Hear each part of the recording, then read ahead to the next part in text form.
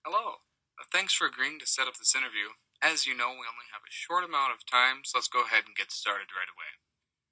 Now, I know that you've been involved in some work on community issues. Can you tell me what attracted you to the community issue that you chose at the beginning of the semester? Yeah, I'd love to talk a little bit about that for you. So I chose to go with the Homeward Animal Shelter because I think that it's very important to make sure to take care of the animals that we have that don't have homes. And I do understand that we have plenty of pet stores out there with animals and such in them, but it's really nice to think that you're going out there and you're helping the life of some dog that could be out there wandering the streets, just eating scraps. And as a person, it just makes me feel better inside. And of course, I am a vet tech major, so I take lots of interest in animals of any kind, and I just think it's super fun to work with and out there doing a great thing. So why not just be a part of it?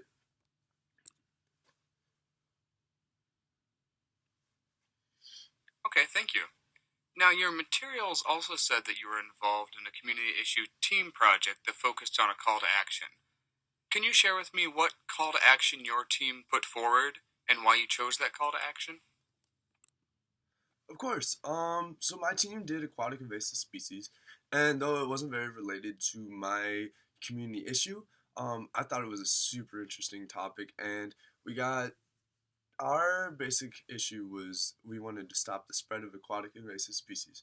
So our call to action was to stay educated on the subject. So we wanted people to know what they are, how they affect the environment around them, such as like zebra species and how they mess up the floors of lakes, or there's other invasive species that basically eat all the vegetation and produce large amounts of algae, which is bad for the rest of the environment. But as another part of our call to action, we wanted people to help out the DNR in any way they could. And finally, just take your own personal responsibility by doing things like washing your boat. And as we said in the first time, just staying educated, because being educated on subjects really helps you put you ahead of the game in just about any situation, I'd say.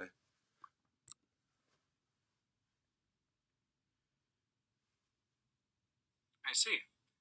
Now, if I were to ask the other members of your team what they think your biggest strength is, what do you think they would say, and why do you think they would say it? I'd say for this particular project, I was actually very good at being organizational and setting up times to meet.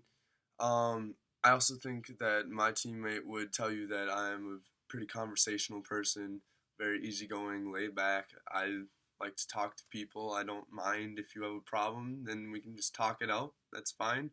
Doesn't need to be anything more than it is, and that's something that I've come to like about myself, and that I think is a very important thing when it comes to working in group projects.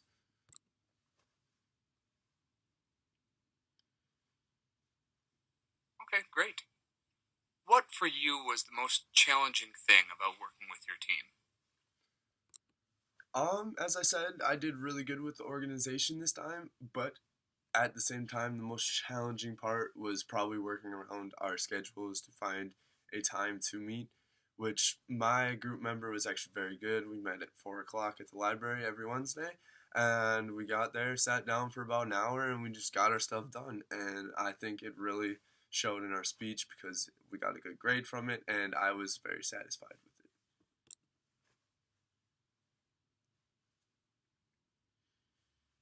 Thank you. Okay, last question. In 30 seconds or so, tell me what your biggest takeaway was from Com 110 this semester. What will stick with you and be useful to you?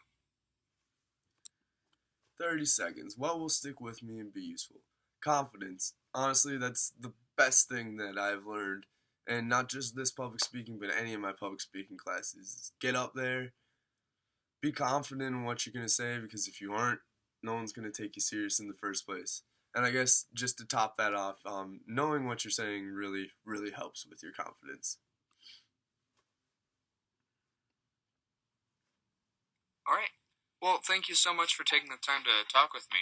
We'll probably be in touch with you in the next few weeks or so. Take care. Thank you. I look very forward to hearing from you.